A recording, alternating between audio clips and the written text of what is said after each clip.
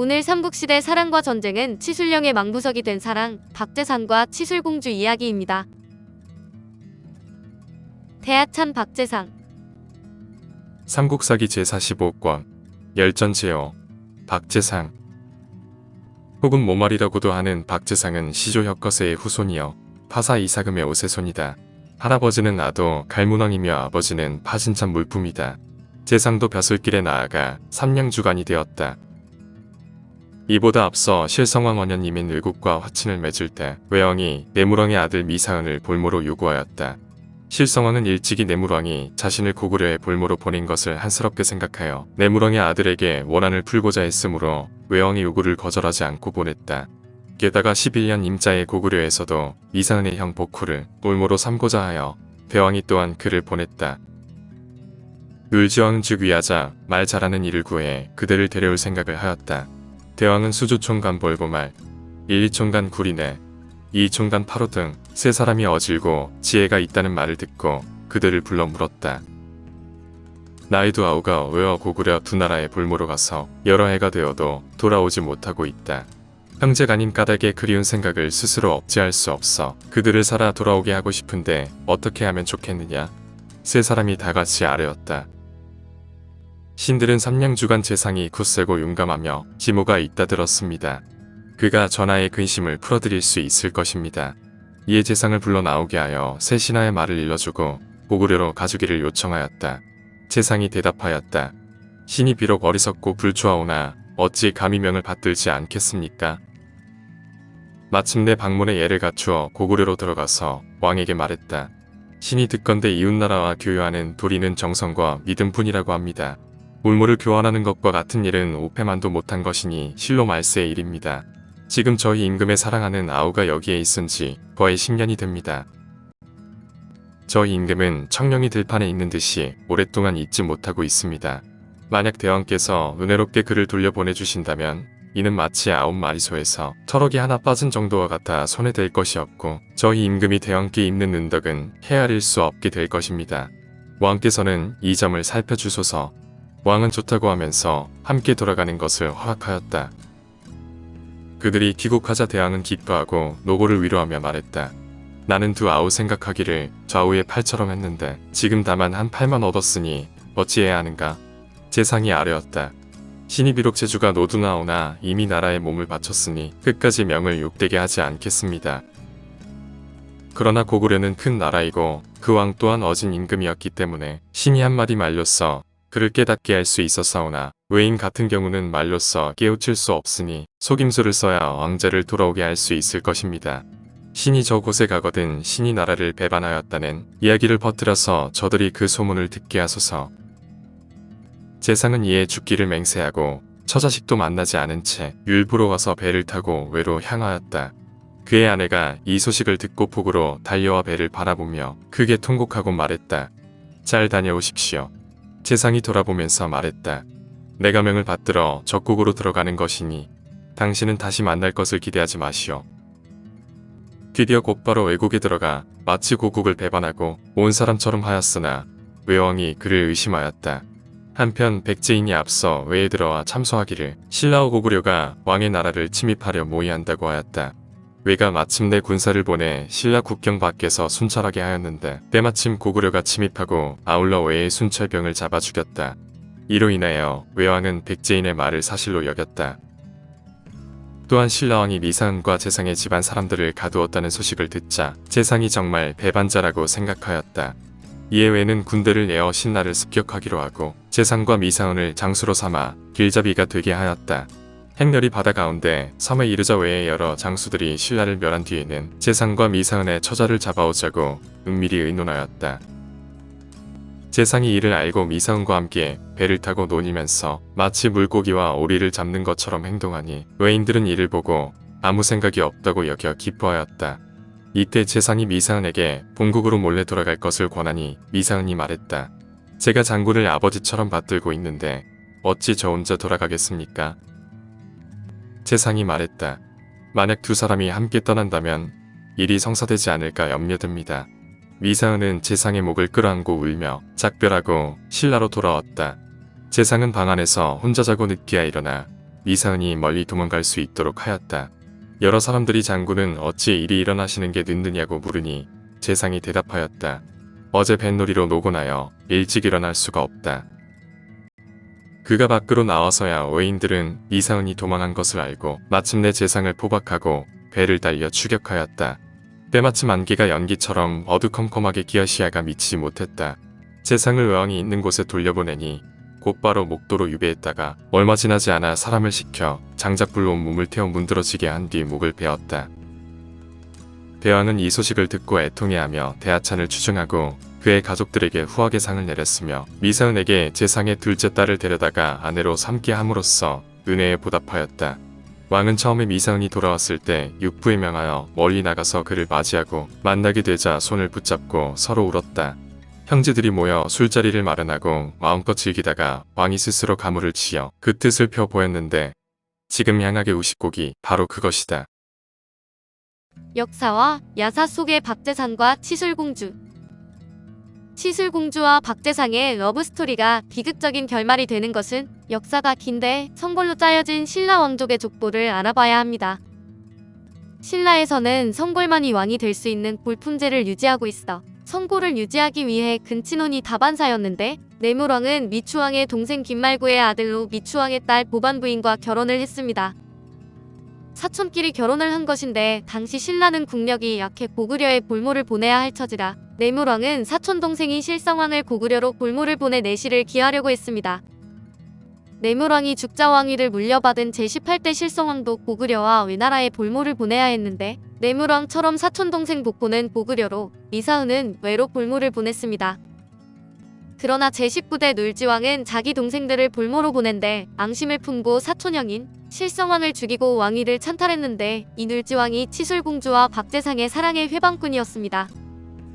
놀지왕은 실성왕의 딸 아로부인 김씨를 왕비로 맞이했지만 왕비의 동생 치술공주가 아름다워 탐이 났는데 그녀를 둘째 왕비로 삼을 수는 없을까 밤낮으로 고민했습니다. 신라시대에는 김유신의 누이보이와 문희가 나란히 김춘주의 부인이 되었듯이 자매가 한 남자와 결혼을 하는 경우가 많았습니다. 그러나 치술공주는 박혁거세의 후손인 삼량주건 박재상과 결혼해 딸 청아와 사마를 낳고 재미있게 살고 있었는데 치술공주는 실성왕의 공주였고 박재상은 박혁거세의 후손으로 제후대 파사왕의 오세손이었습니다. 놀지왕은 왕이 되었지만 볼모로 끌려간 두 동생을 귀국시킬 방도가 없었는데 고민 끝에 벌모말, 구리네, 하루 등 세 사람의 측근을 불러 상의하고 충성스럽고 우직하지만 눈엣 가시였던 박재상에게 동생을 구해오도록 합니다. 놀지왕의 마음속에는 박재상이 동생을 구해오면 다행이고 구해오지 못하면 돌아오지 못할 것이라 그가 속으로 사모하던 치술공주를 취할 수 있어 더할 나위 없이 좋은 방법이었습니다. 이런 음모를 알지 못한 박재상은 충성스럽게도 복호를 고구려에서 탈출시켜 성공리에 귀국하는데 놀지왕은 돌아온 박재상을 보고 전광석화처럼 계책을 떠올려 외에 머무는 미사은을 생각하며 눈물을 흘렸습니다. 그대의 공은 내가 잊지 않을 것이여. 내 동생 복호를 데리고 왔으니 무엇이라 취하할 수 있겠어. 정말로 고맙소. 그래도 기쁨보다 슬픔이 더 크오. 외에 잡혀있는 미사은의 생각에 미쳐버릴 것 같소. 어떡하면 좋겠어? 임금께서는 걱정하지 마십시오. 제가 지금 바로 달려가서 왕자를 모셔오겠습니다. 정말이요? 공은 나의 은인이요. 지금 바로 재상공에게 배와 사공을 내어드리겠소. 치술공주는 이 소식을 듣고 율포로 뛰어갔으나 박재상의 배는 이미 출발하고 있었는데 떠나는 사랑하는 님을 애처롭게 부르며 울부짖었지만 배는 속절없이 멀어져 가기만 했습니다. 임금이 그렇게 중하냐? 사랑하는 사람을 두고 떠나가다니 무정한 사람아. 놀지왕은 박재상과 약속한 대로 복호와 치술공주를 묵장산 아래에 유배를 보냈고 박재상이 복호와 짜고 역모를 꾸미고 놀지왕을 몰아내려다 실패하고 외로 도망을 쳤다는 소문을 퍼뜨렸습니다. 미추왕 때 외의 사신을 불태워 죽인 일이 있은 후 외와 신라는 적국이 되어 있었기에 서로가 불신하고 있었는데 외인들은 이런 정보를 듣고 박재상을 믿기 시작했습니다. 그리고 박재상을 이용해 신라를 정복할 계획을 세우려고 했지만 박재상은 외인들의 감시가 느슨해진 틈을 타서 탈출을 단행했습니다. 미사은이 배를 타고 탈출할 시간을 벌기 위해 자기는 남아서 거짓 정보를 흘렸지만 결국 발각나서 잡혔고 외왕은 신라가 외의 사신을 불태워 죽였던 것처럼 박재상을 불태워 죽였습니다. 치술공주는 매일 밤낮을 유배마을 뒷산인 치술령에 올라 기도를 드렸는데 이사은이 돌아왔는데도 박재상은 보이지 않았고 몇 달 후 박재상이 죽었다는 소식이 들어왔습니다. 놀지왕은 충신이 죽었다는 소식에 치술공주를 위로하는 자리를 마련했는데 사랑하는 사람을 잃은 슬픔에 젖은 치술공주는 더욱 아름다워 보였습니다. 주위를 물린 놀지왕은 치술공주를 겁탈하였고 궁궐을 나가지 못하게 했는데 당시 과부를 취하는 것은 아무런 죄가 되지 않았습니다. 치술공주는 육촌오빠인 놀지왕이 자기를 차지하기 위해 박재상을 사지로 몰아냈다는 사실을 알게 되었지만 어찌할 수 없었는데 놀지왕이 아무리 애를 써도 님을 향한 그리움은 더욱 간절해졌습니다. 놀지왕과의 사이에서 낳은 젖먹이가 있어서 죽지도 못했는데 신라 성골의 세계에서는 지금처럼 불륜의 개념이 없었고 권력투쟁에서는 혈육도 없었습니다. 여자나 남자나 여러 명과 상대해 후손만 많이 나오면 상관이 없었는데 성골의 숫자가 줄어들고 있어 위기감을 느끼는 시기라 성골들은 자기들만의 세계를 구축하기 위해 형제끼리 사촌끼리 또는 조카와 결혼하곤 했습니다. 사랑 비지하기 삼국사기 열전에서는 박혁거세의 후손이자 파사 이사금의 오세손이라고 하며 박하도의 손자이자 파진참 물품의 아들로 이름을 모말이라고도 하는데 삼국유사에는 김재상 즉 김씨로 기록되어 있습니다. 일본 서기에는 박재상의 이름을 모말이질지라고 기록하고 있으며 이는 삼국사기에 나온 이름 모말 플러스 존칭어미 또는 관직명 질지인 것으로 보입니다.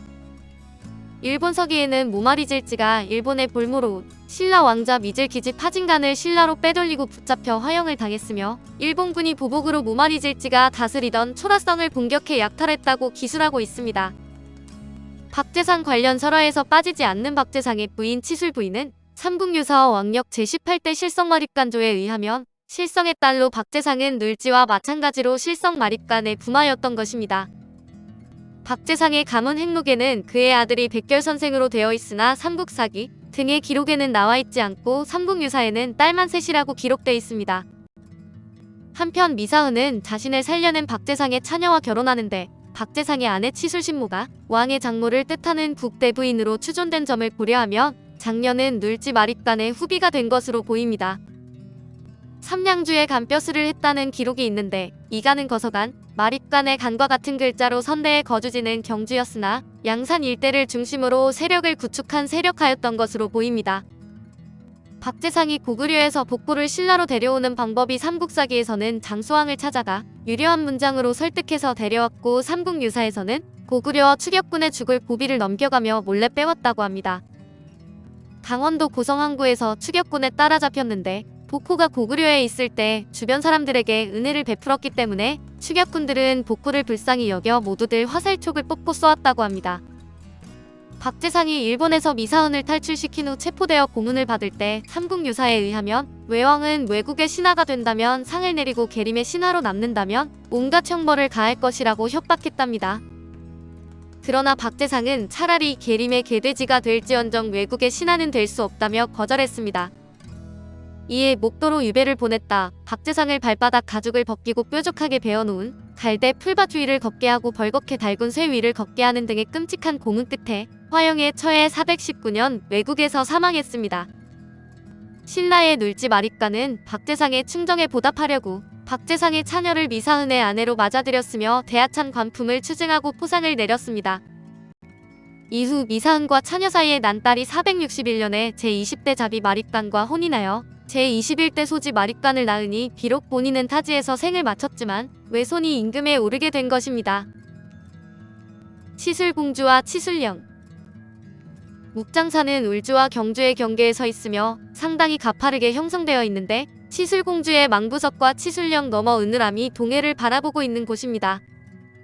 아버지를 죽이고 남편까지 사지로 보내 죽인 불공대천의 원수 같은 놀지왕이 지금 지아비로 행세하고 있던 어느 날 치술공주는 세 딸과 10수년 만에 님을 기다렸던 그 산에 올랐습니다. 님이 불에 타 죽은 바다 건너 외를 쳐다보면서 그리움에 사무쳐 울다가 지쳐 쓰러지니 치술공주의 몸이 굳어지기 시작했고 곧 그녀의 몸은 바위로 변했습니다. 그녀의 혼은 새로 환생해 근처 바위굴에 숨었는데 사람들은 치술공주의 죽음에 함께 슬퍼하며 그 산을 치술령이라 불렀고 그 바위에는 망부석이라고 새겼으며 혼이 새로 환생해 숨은 곳을 은으람이라고 했습니다. 또 다른 이야기는 박재상의 아내는 남편의 결심을 꺾지 못하고 매일같이 남편이 돌아올 날을 그리며 밖으로 나섰지만 끝내 남편이 죽었다는 소식에 절망하여 한참을 울었다고 합니다. 얼마나 울었는지 다리까지 풀려 주변인들이 겨우 부축해서 집에 갈 수 있었으나 남편을 그리워하다 치술령에서 망부석이 되었고 영혼은 치술신무가 되었다고 합니다. 박재상이 출발할 때 그녀는 이를 듣고 쫓아갔으나 남편을 만나지 못했고 망덕사 정문의 남쪽 모래벌에서 아무렇게나 누워서 오래 울었는데 그 모래벌을 장사라고 이름 지었다고 합니다. 그 땅을 벌지지라고 이름 붙였다고 삼국유사에 기록되어 있는데 박재상의 아내가 남편을 기다렸다는 곳은 경상북도 경주시와 울산광역시의 경계에 있는 고개인 치술령이란 고개로 전해집니다. 오늘날에도 이곳에는 박재상 사당이 있으며 박재상의 처는 죽어서 치술신모라는 이름의 치술령 산신으로 모셔졌다고 합니다. 오늘날에도 치술령 정상에는 치술신모를 모신 신모사라는 사당이 있었다는 표시가 있으며 치술령 아래에 살던 사람들은 비가 오지 않으면 치술신모에게 기우제를 지냈다고 합니다. 조선시대에는 치산서원으로 확대됐고 없어졌다가 1993년에 다시 복원됐습니다. 오늘 삼국시대 사랑과 전쟁은 망부석이 된 사랑, 박재상과 치술공주 이야기였습니다.